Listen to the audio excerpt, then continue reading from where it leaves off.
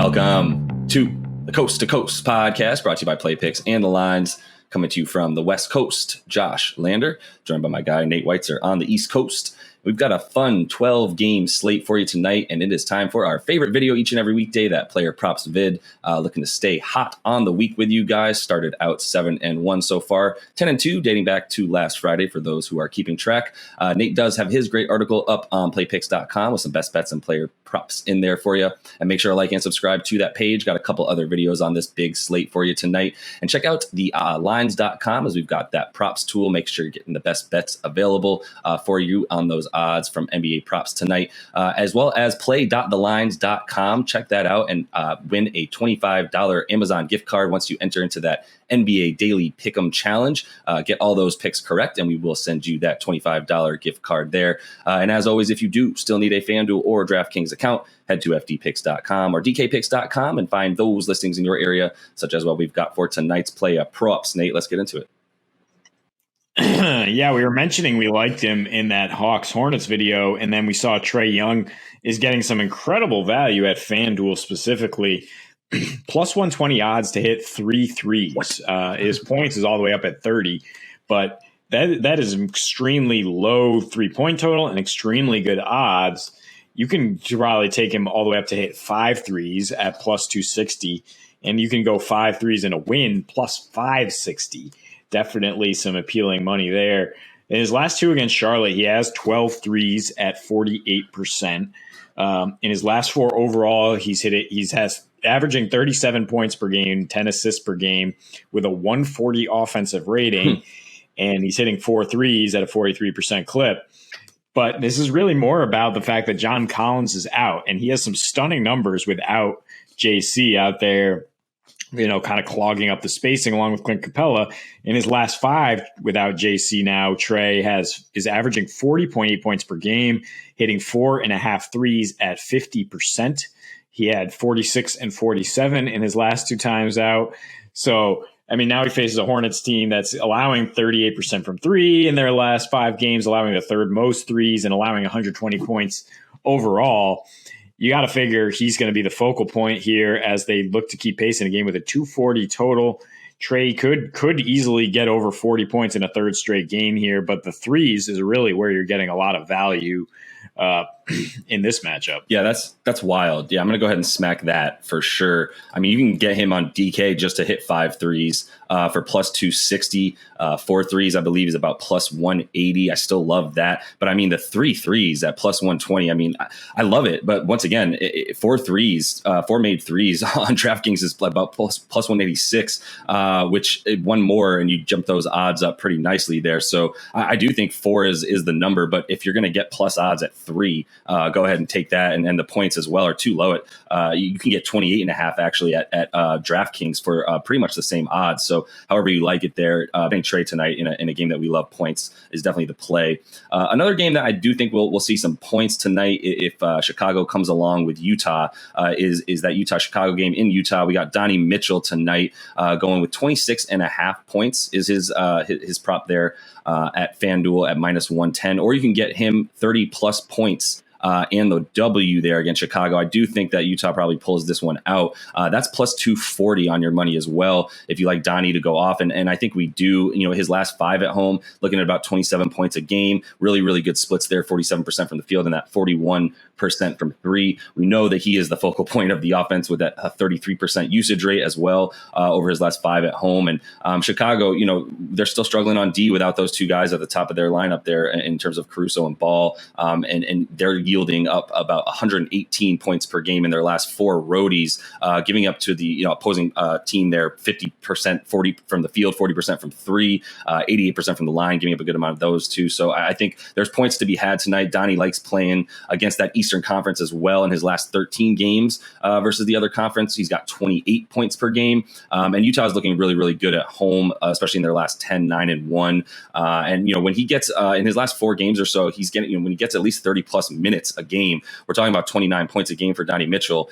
They have had some blowouts there playing some bad teams. So, you got to think that this one's going to be a little bit closer. You're going to have plenty of DeMar scoring tonight and Zach LaVine. So I think this is a good opportunity for Donnie to really take on the offense for Utah, get over 27 points. I think that's just, it's mostly that's just a little bit too low for him. He's much more likely to get 30, in my opinion, than he is to get below 27 points tonight.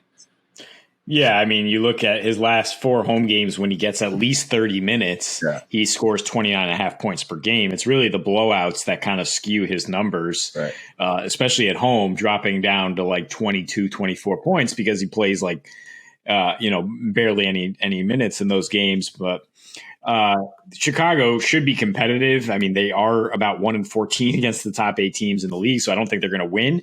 I think you can jump on that player performance double, 30 plus points in the win for Donnie. The Bulls do have Caruso back now for I think a third game, but he's been coming off the bench. He's not necessarily firing on all cylinders, and Mitchell has dropped 30 plus on him in 2 of their last 3 meetings, so it's not like he's a stopper for this particular guy who really has nobody who can just keep in front of him. He's an incredible athlete and an offensive player. So as much as Trae Young is getting addition by subtraction in his stats, Steph is very much getting addition by addition with Draymond Green back in the lineup. First game with his running mate back, Steph goes off for 47 points on a 38% usage rate. And as pointed out by Tony Kornheiser and the PTI stats interns, I'm sure, 41 of those points came with Draymond on the floor in just 20 minutes. So he had 41 in 20 minutes. He averages 27.5 with 5 threes per game on the season with Dre. Back to last season, that's 30 points per game versus 24 without him. Shooting his 3-point percentage drops from 41 to 35% without him. So obviously having him back in there, we're going to be accustomed to seeing the Steph of old now. And that makes 25.5 points very low. It's pretty much even money at FanDuel. Look, he's still averaging 25 points per game in his last 8 home games, despite shooting just 33% from 3 in those games. So he's scoring in a variety of ways.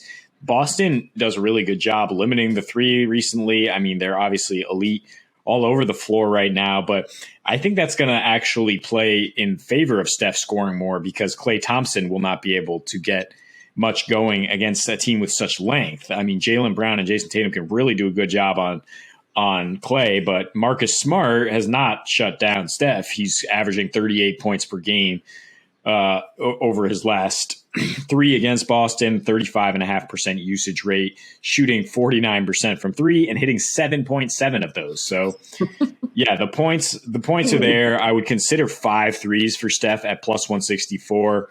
This being at home now with the Warriors at full strength, I would lean towards the Warriors covering, which is now a very small spread, and Steph kind of leading that charge as they get back to their championship form. Yeah, that seems right. Those Steph with Dre numbers they're definitely noticeable. They jump out at you. They're not startling as we I know exactly what Draymond Green means to this team on offense just as much as defense, to be honest with you. So this is a nice scenario to take Steph before we see them sort of round into form and Steph get back up to that 28 to 30 point prop that will start coming once he keeps firing on all cylinders, like I think he will be tonight. And we do know Boston gives up a bit more at home, scores a bit more at home, on the road rather, for both those things. So, playing in Golden State tonight, as you said, they are a long way from home. And I think this is a good opportunity for Steph to get going again with Drake probably increasing those minutes as well. So last one I'm going with is a guy who kind of has burned us at times when we picked him on the Bucks, Chris Middleton. But his point prop is just sitting at 21.5 points. They're playing the Sacramento Kings. I don't really need to go into how bad they are on defense with you guys.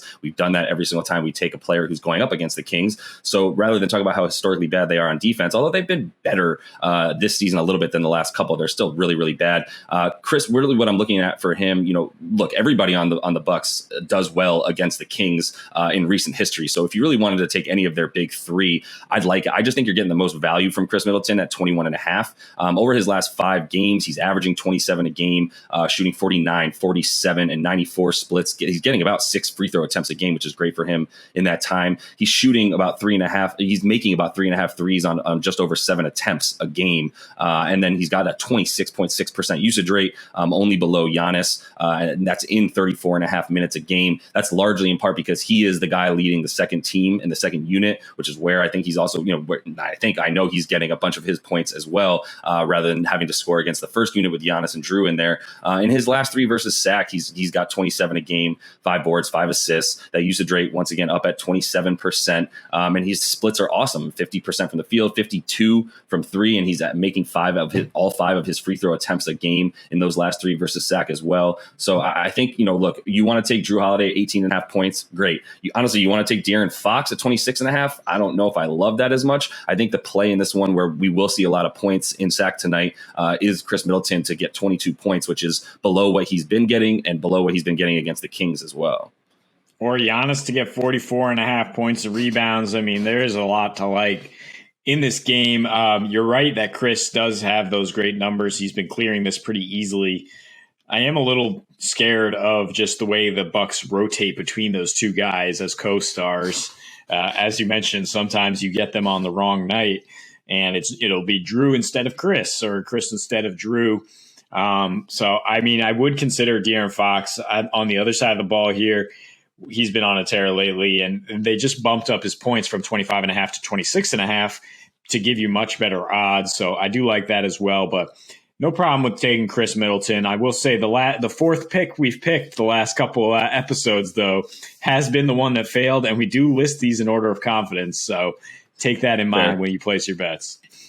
Absolutely. And if you wanted to throw a fifth bet in there, I know we considered taking the Lakers and maybe King James. I mean, mostly I think it's worth talking about that. I do think it's obvious the man is going after his own stats. He's sort of going down with the ship while still bringing his A game. He's not deserting necessarily, but he's coming out and just going, I'm going to get mine and getting those points. So you might consider his props tonight in that Lakers game, but that's much further down, as you mentioned, in our list of priority and confidence tonight. So I think we feel good about these 4 for sure. And we will roll with y'all on those tonight, as that is all the time we have for you today. So make sure to like and subscribe to that page, get those other couple of videos on this big slate tonight. And until we see you next, happy betting.